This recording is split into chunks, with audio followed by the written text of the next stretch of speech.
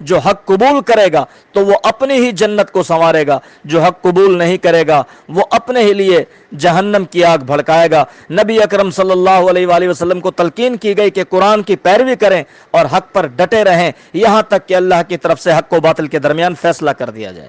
وآخر دعوانا ان الحمد للہ رب العالمین۔